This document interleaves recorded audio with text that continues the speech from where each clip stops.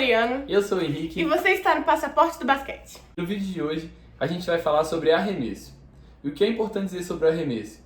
Existe uma mecânica correta a se executar, mas nem todo mundo consegue fazer, né? Começando pelos pés. Os pés têm que estar apontados para a cesta, com o pé da mão dominante levemente à frente e os joelhos semi-flexionados, né? Os pés afastados mais ou menos na largura do ombro. O braço do arremesso, ele tem que estar com o cotovelo apontado para a cesta, com o ombro flexionado mais ou menos a 90 graus. É importante que você esteja enxergando o aro por baixo da bola. E com o punho flexionado, sem estar encostando a palma da mão na bola. A mão que não está executando arremesso, ela vai estar apoiando a bola e protegendo. Somente até o ângulo de 90 graus, um pouco a mais. Depois disso, apenas a mão do arremesso que acompanha a bola. O movimento é um movimento contínuo, então eu vou estender o joelho, fazer a extensão do ombro, extensão do cotovelo e flexão do punho. Nas idades muito iniciais ali, você pode deixar isso mais livre, né? E a partir do momento que aquela criança vai aprofundando, passando mais tempo jogando basquete, você vai dando algumas dicas, alguns feedbacks. E chega um certo ponto que você precisa treinar propriamente a mecânica do exercício. Então, assim, existem alguns erros que são erros grotescos e existem coisas que você pode adaptar. Eu consigo criar uma brincadeira que vai fazer com que o meu atleta mude a forma de arremesso dele para melhor, então ótimo, eu faço a brincadeira. Mas se não, eu vou tentando dar feedbacks. Então eu faço o feedback, explico pra ele de forma correta. Eu posso filmar, mostrar pra ele como ele tá fazendo, mostrar pra ele como ele deveria fazer, porque o atleta visualizando como ele faz pode ajudar muito ele a entender como ele tem que fazer pra melhorar. Sim, existem várias estratégias pra gente mostrar pra ele a correção, né? E é importante que no arremesso, a gente, nas idades iniciais, igual a Mari disse, é importante dar um padrão de movimento. Às vezes não partindo de um exercício analítico, né? Tipo, partindo de brincadeiras, de coisas que vão fazer ele colocar uma parábola, fazer o arremesso predominantemente com uma mão e tudo mais. Só que depois é importante o treino da repetição, né? Do arremesso. Só que uma repetição diferente, que a gente vai falar em breve. E isso é uma coisa interessante da gente se pensar, porque a gente fala pro menino, faz uma parábola. Só que pro menino de 7 anos, o que é uma parábola? Então eu costumava brincar muito com os meus atletas, que era, imagina que tem um arco-íris saindo da sua mão e o baú do tesouro tá lá na cesta. O arco-íris ele não é reto, o arco-íris ele faz uma curvinha. Então, assim, a gente tem que ter essas analogias, porque uma criança de 7 anos não sabe o que é uma parábola. Essa questão do feedback a gente ainda vai aprofundar mais no vídeo, porque é uma questão muito interessante. Só que a gente tem coisas que são legais de entender na hora do feedback, e uma das coisas é isso da idade. Então, se ele está num nível mais avançado, ele vai ter um feedback mais intrínseco, ele vai conseguir se entender mais. E nas idades iniciais, ele vai precisar mais do apoio do feedback do instrutor. Só que ele não pode se acostumar a sempre ter o feedback. A gente vai entrar mais sobre isso, mas é só pra gente dar uma adiantada. E aí agora entrando mais especificamente do jogo, em quais momentos que o arremesso em si aparece, né? Que existem várias formas de finalizar, que a gente vai trazer hoje nesse vídeo, o arremesso em si, né? Que ele vai aparecer no que os americanos chamam de catch and shoot, que pra gente aqui é um receber e arremessar. Então eu tô ali na minha posição, recebo e arremesso. Esse arremesso sem drible, ele pode ser a partir de uma rotação, então a partir de um movimento sem bola, parar e arremessar, ou então já estou parado e arremesso.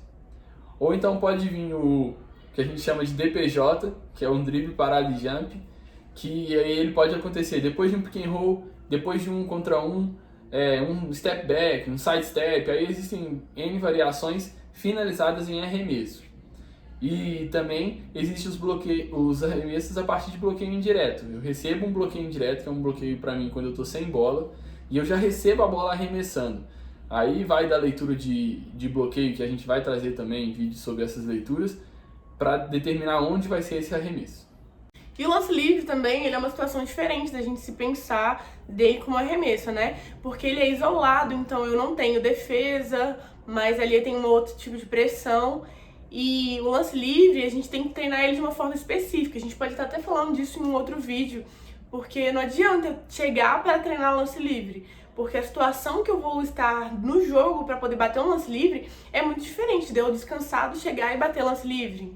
Existem maneiras de se treinar lance livre. A gente vai trazer algumas opções no vídeo sobre lance livre. É legal que não existe uma unanimidade, tipo assim, eu preciso estar cansado para ter lance livre. Eu tenho que ter uma competição no lance livre. O lance livre é legal eu arremessar em sequência.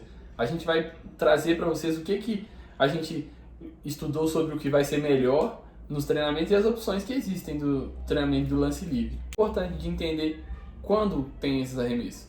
Porque na hora de ir para o treino, eu tenho que entender quando que existem situações de arremesso para eu treinar essas situações. Exatamente. E outra coisa que é interessante do quando, né, é tipo assim, eu entender o meu jogo. Quando existem arremessos quais os arremessos que eu faço com mais frequência? Então eu posso treinar ele com mais frequência. Ou qual arremesso aparece mais pra mim, mas eu não estou preparado ainda para fazer. Bate-bola, quando a gente está treinando arremesso, inclusive nas nossas enquetes, foi no Instagram, se você não segue a gente ainda, segue lá, @passaporte do basquete, foi o que teve mais resposta, que é o treinamento em blocos, que é onde eu arremesso uma quantidade de arremesso de uma posição e depois eu troco. Essa é uma das principais formas de treinamento que a gente vê por aí. E a gente não pode falar, tipo assim, você não vai melhorar treinando assim. Mas a gente acredita que existem formas melhores de se treinar. Curto período de tempo é bom para aprendizagem. Sim, isso acontece. Só que, a partir do terceiro arremesso que eu acerto da mesma posição, será que eu tô tendo ganho com aquilo? Então é coisa que a gente tem que pensar. E a proposta que a gente vai trazer para vocês de como treinar para fazer o seu arremesso melhorar, na hora do jogo você ter um aproveitamento maior, fazer uma repetição aleatória, que é fazer arremessos em posições diferentes.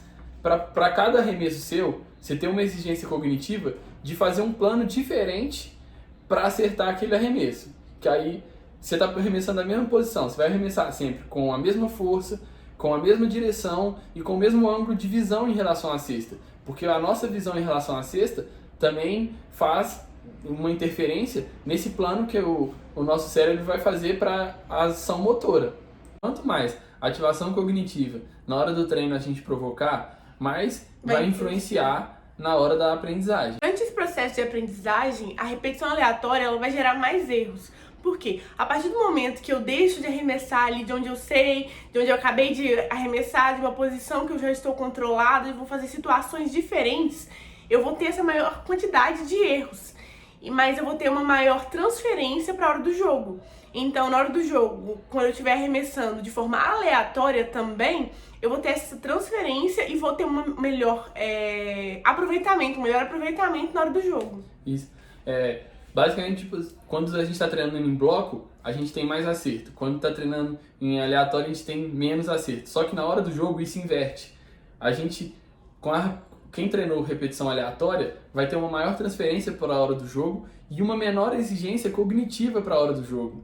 Então isso é muito eficiente para aproveitamento. É por isso que eu preciso ter uma maior exigência cognitiva no treino, para a hora do jogo eu ter essa menor exigência, porque na hora do jogo não vai ser um exercício específico, então na hora do jogo eu não preciso só arremessar, eu preciso ter um posicionamento específico dentro da quadra, eu preciso prestar atenção na defesa, eu preciso ter rotação, eu preciso ver meus colegas de equipe, então eu preciso que minha exigência cognitiva seja menor nesse fator arremesso, para eu poder me concentrar nas outras coisas também. E se você quer saber como melhorar o seu aproveitamento dentro dessa nossa estratégia de treino, fique ligado que o próximo vídeo a gente vai trazer algumas sugestões de exercícios que vão potencializar o seu treino e aumentar o seu aproveitamento na hora do jogo. É importante a gente conseguir fazer a cesta na hora do jogo, né? Não adianta nada eu meter 20 bolas na hora do treino e chegar na hora do jogo eu só conseguir acertar 2. Porque na hora do jogo eu vou ter uma demanda totalmente diferente. Então eu preciso treinar de forma correta para na hora do jogo eu ter essa transferência e ter um bom aproveitamento.